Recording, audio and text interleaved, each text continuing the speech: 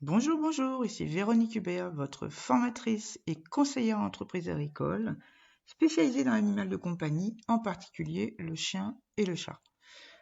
Alors, dans le cadre du guide gratuit que nous avons destiné aux futurs éleveurs, aux éleveurs débutants de chiens et de chats, nous allons parler aujourd'hui du dernier chapitre consacré à la femelle en chaleur et qui est celui des recommandations et des conseils de dernière minute. Alors, on a vu pas mal de choses dans ce chapitre consacré à la femelle en chaleur, mais il y a quand même des petites choses que je voudrais vous dire et que je voudrais vous recommander, qui ne sont pas des soucis techniques, mais des choses qui font partie en fait de la pratique d'élevage, des choses qu'on voit couramment, des choses qui sont en contradiction avec ce que peut-être vous faites souvent ou vous voyez faire souvent par vos amis éleveurs de tous bords. Donc, juste, voilà, quelques petits conseils que je voulais vous donner. Le premier que je pourrais vous donner, c'est de ne rien faire ingérer à votre femelle et ou de ne rien lui faire d'inhabituel à partir du moment où elle est en chaleur. Ça, déjà, c'est pas mal. Mais à plus forte raison si elle est saillie. On voit trop de femelles qui sont perturbées sur le plan intestinal, sur le plan ovarien, sur le plan reproducteur, peu importe, sur le plan caractériel, peu importe, ne changez rien dès que votre femelle est saillie. Ça veut dire pas de médicaments, pas de vaccins, si possible les vermifuges bien avant donc de la période de gestation, pour ne pas perturber le cycle de gestation de votre femelle. Ensuite, faites attention, surtout si vous avez des mâles à la maison, ou plusieurs mâles à la maison, faites attention aux saillies accidentelles. Je vous vois arriver en disant « mais oui, mais moi ça m'arrivera pas, j'ai tout ce qu'il faut ». Je ne connais pas un éleveur qui élève depuis au moins 10-15 ans qui n'ait pas eu au moins une fois une saillie accidentelle s'il a des mâles chez lui.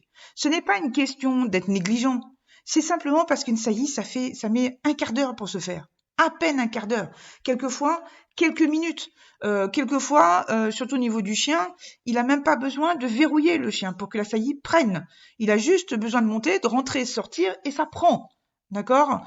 Donc, c'est pas une question de négligence. C'est juste que, je sais pas moi, vous savez, moi la première fois que ça m'est arrivé, j'étais en appartement, alors c'est pour dire.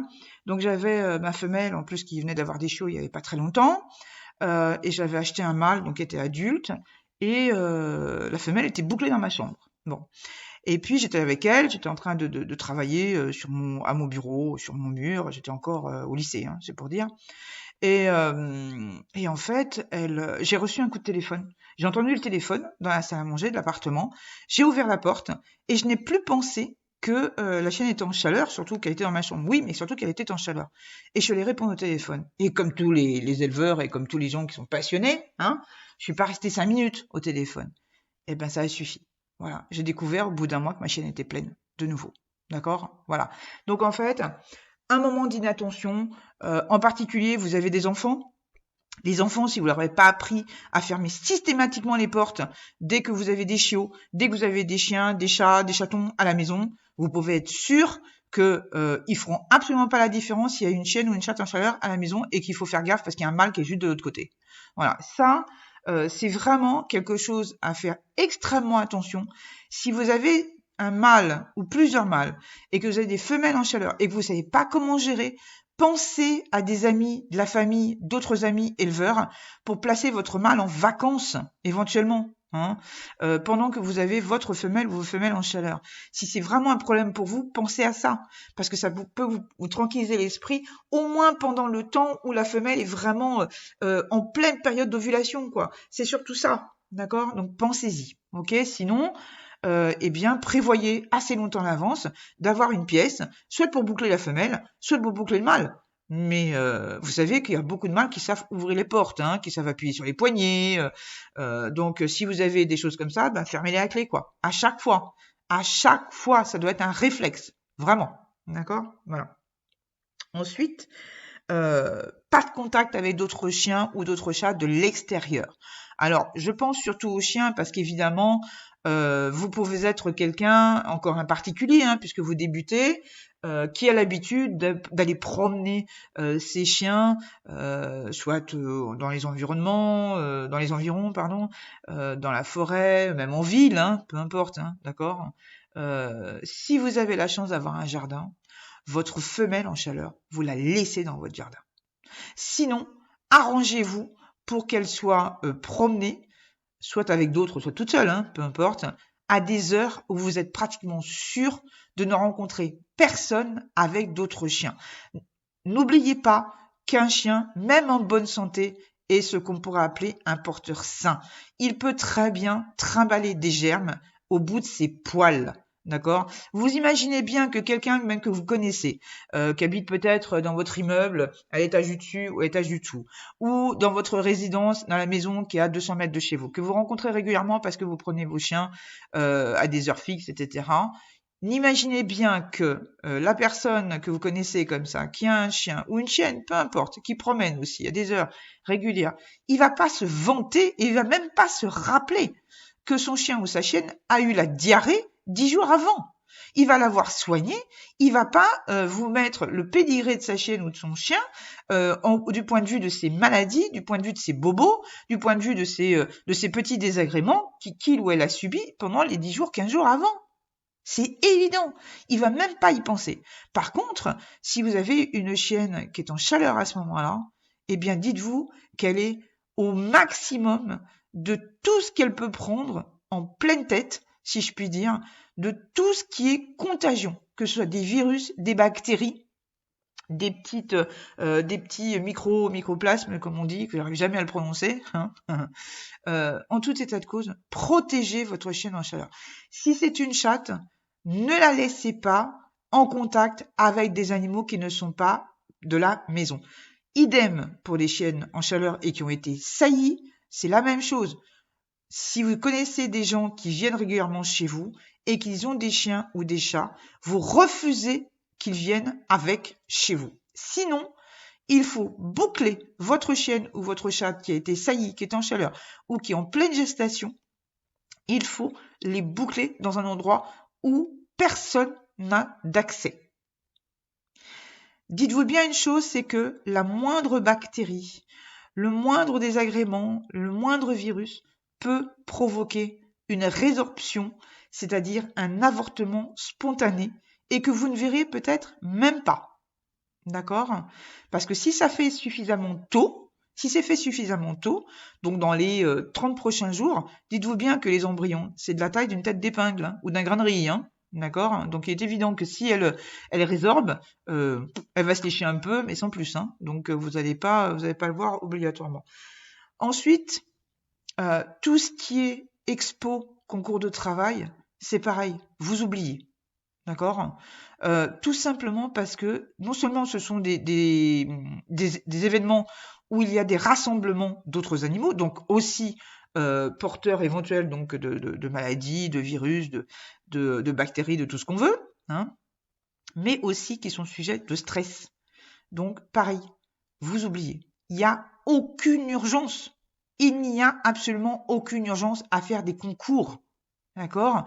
Si vous ne pouvez pas les faire pendant la gestation, vous les ferez après. Ce n'est pas un problème. N'oubliez pas que tout ce que vous pourrez gagner, ou pas d'ailleurs, hein, toutes les récompenses que vous pourrez avoir pour votre chien ou votre chat, que ce soit en concours de beauté, en concours de travail, n'est fait que pour vous, pour votre ego à vous.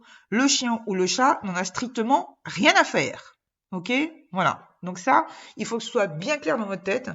Limitez les risques qui peuvent faire en sorte que vous perdiez la portée à venir et à laquelle vous tenez. Votre élevage et la santé de votre élevage et la pérennisation de votre élevage et donc votre production est 100 fois, 1000 fois plus importante que toutes les récompenses que vous pourrez remporter. Ça, gardez-le bien à l'esprit. Ok ? Autre chose, n'oubliez pas de prévoir bien l'argent pour payer la SAI. Pour une bonne et simple raison, c'est que la convention internationale, qui est celle de la FCI pour le chien, mais qui doit être celle du Louvre pour le chat, commande que vous payez la SAI au moment où elle est faite. D'accord? Bon. Donc, ça veut dire que il faut que vous prévoyiez le paiement. Si vous y allez ou que vous laissez la chienne ou la chatte, il faut que vous prévoyiez le paiement de la saillie une fois qu'elle a été faite. Ensuite, il peut y avoir des arrangements, peu importe. Ou elle peut être vide, peu importe. C'est-à-dire, quand je dis vide, elle n'est pas gestante. Hein, ça, c'est un terme qu'on emploie. Il n'empêche que la saillie est due, si elle a été faite, justement, quand elle a été faite. Peu importe que la chienne ou la chatte soit gestante derrière, elle est due une fois qu'elle est faite, la saillie. D'accord? Voilà. Et de ce fait, on en vient à un contrôle, si je puis dire, de la saillie, et surtout si vous n'êtes pas là. Hein. Que ce soit par insémination ou que ce soit en saillie naturelle, si vous n'êtes pas là, demandez une photo de la saillie, demandez une vidéo de la saillie, ou demandez, si c'est une insémination, une attestation du vétérinaire comme quoi elle a bien eu lieu, du mâle en question, immatriculé, etc. D'accord? C'est extrêmement important parce que c'est ça qui pourra, d'une certaine façon, vous protéger en cas de litige plus tard. Ok? Et en parlant de litige, je voudrais arriver au dernier point, qui est celui de faire un contrat. Vous faites une saillie, vous allez faire saillir votre femelle, qu'il y ait des arrangements ou pas, qu'il y ait des animaux, des chiots, des chatons vivants ou pas à la clé, qu'il y ait une résorption ou pas, c'est-à-dire une résorption, c'est-à-dire que à la limite, la saillie est faite, vous faites un contrôle par échographie, par exemple, que la chienne ou la chatte est pleine, et puis finalement vous n'avez rien. C'est-à-dire vous n'avez pas de chiot, vous n'avez pas de chaton. Donc il y a eu, si à l'échographie les petites est vraiment visible, c'est qu'il y a eu une résorption quelque part, et surtout à un moment donné. Sachez que les résorptions, elles se provoquent très souvent entre 25 et 35-40 jours. Ça peut être plus tard, mais si c'est plus tard, ça veut dire qu'il y a eu une contagion, et très très très souvent, en chien en tout cas, c'est l'herpès qui déclenche les résorptions tardives de chiots. Hein, c'est-à-dire un avortement spontané qui peut être fait à 45-50 jours même, voire plus tard. Hein, d'accord? Voilà. Chez le chat, ça peut être d'autres raisons. Hein. Sachez aussi que d'autres raisons peuvent faire que votre chienne est vide ou votre chatte est vide. J'en parlerai dans un autre chapitre. En tout état de cause, gardez bien à l'esprit toutes ces petites recommandations qui sont juste des actes de prévoyance. Hein. Il n'y a rien de dramatique là-dedans, hein. Il n'y a rien de particulier. C'est juste de prévoir les choses pour que justement tout se passe le mieux possible. D'accord? Voilà. Eh bien écoutez, je vous souhaite une excellente soirée. J'espère que tous ces petits conseils vous auront été utiles et je vous retrouve dans un prochain épisode. À très bientôt.